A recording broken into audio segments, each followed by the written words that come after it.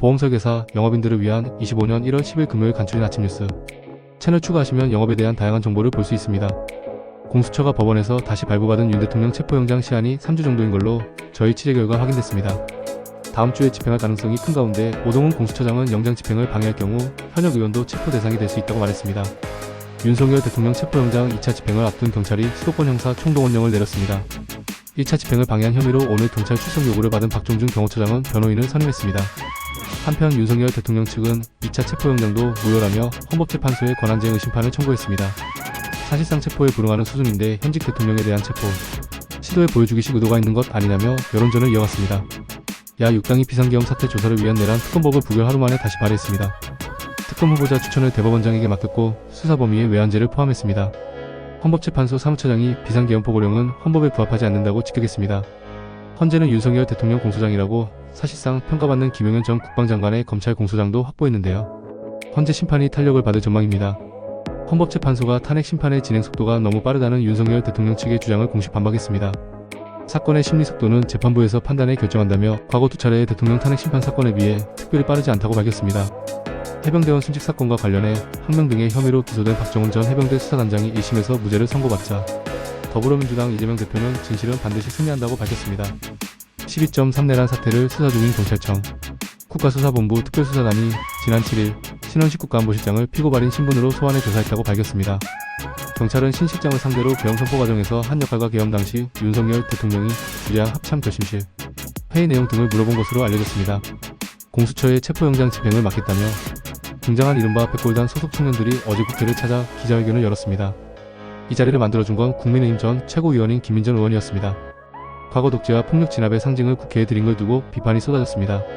세월호 참사 당일 청와대 비서실 등이 생산한 문건 공개를 두고 7년 넘게 법정 다툼이 이어지고 있습니다. 2019년 2심은 대통령 기록관장의 비공개 결정이 정당하다는 판결을 내렸는데요. 대법원은 이를 다시 판단해보라며 사건을 원심으로 돌려보냈습니다. 트럼프 미국 대통령 당선인의 취임을 열흘 앞두고 우크라이나를 군사 지원해 온 유럽이 술렁이고 있습니다. 젤렌스키 우크라이나 대통령은 서방 국가들의 이젠 파병을 해달라고 촉구했고 미국 바이든 행정부는 사실상 마지막 군사 지원을 내놨습니다. 전쟁이 15개월째 이어지고 있는 가자 지구에서 4만 6천 명 이상의 사망자가 발생한 것으로 집계됐습니다. 휴전 협상은 어느 정도 진전됐지만 최종 합의까지는 시간이 더 필요한 것으로 알려졌습니다. 퇴임 후 더 빛난 대통령으로 평가받은 미국 카터 전 대통령의 장례식이 치러졌습니다. 생존한 전현직 대통령 5명이 모두 참석했는데 바이든 대통령은 추도사에서 권력 남용에 맞서야 한다고 말했습니다.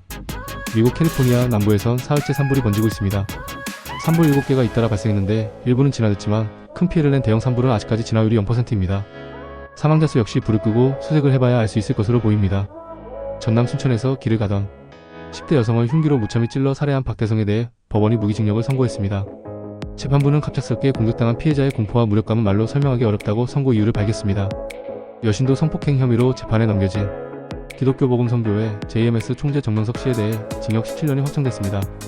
피해자들이 종교적으로 세뇌돼 한거 불능 상태라는 게 인정된 건데 피해자 측은 대법원의 판단을 환영했습니다. 최근 근육량을 늘리거나 다이어트를 위해 샐러드 드시는 분들 많은데요. 온라인 플랫폼으로 구독하는 닭가슴살 샐러드 일부 제품에서 대장균이 초과 검출됐습니다. 표시보다 지방 함유량이 3배 가까이 높은 제품도 적발됐습니다. 정부가 설을 앞두고 경기 진작을 위해 디지털 온누리 상품권 할인율을 오늘부터 다음 달 10일까지 기존 10%에서 15%로 올립니다. 구매 한도는 카드형과 모바일형 각각 200만원이고 지류형 상품권의 구매 한도와 할인율은 기존 50만원 5%로 유지합니다. 경기 침체의 탄핵 정부까지 겹쳐 소비심리가 위축되면서 최근 지자체들은 현금성 지원 정책을 잇따라 추진하고 있습니다. 경기 파주시는 1인당 10만원을, 전북 정읍과 남원, 완주는 30만원을 지원하고 전북 김제시와 전남 영광군은 1인당 50만원을 지원합니다. 장애인 차별금지법 개정에 따라 오는 28일부터 장애인들이 사용할 수 있도록 음성 안내와 화면 확대 등의 기능이 추가된 배리 어플이 키오스크 설치가 의무화되는데요. 정작 현장에선 금시초문이란 반응이 많습니다. 가요계 은퇴 전 전국을 돌며 고별 콘서트를 열고 있는 가수 나훈아 씨가 오늘부터 사흘 동안 5차례에 걸쳐 서울에서 마지막 투어 일정을 소화합니다. 나훈아 씨는 모레 12일 저녁 열리는 콘서트를 끝으로 59년 가수 인생을 마무리할 예정입니다. 배우 박지현이 주연한 영화 동화지만 천국입니다가 개봉 첫날 2위로 출발했습니다. 영화는 동화 작가를 꿈꾸는 불법 음란물 단속 공무원 담비가 성인 로맨스 웹소설을 쓰게 되며 벌어지는 이야기인데요. 영화 히든페이스 등에 출연한 박지현이 처음으로 도전한 코미디물로 개봉 전부터 주목받았습니다. 올겨울 체감 한파가 몰아치면서 오늘 아침 서울의 체감온도가 영하 14도까지 떨어졌습니다. 이번 한파는 내일 11일 낮부터 차차 누그러져 일요일에는 평년 기온을 회복할 전망입니다.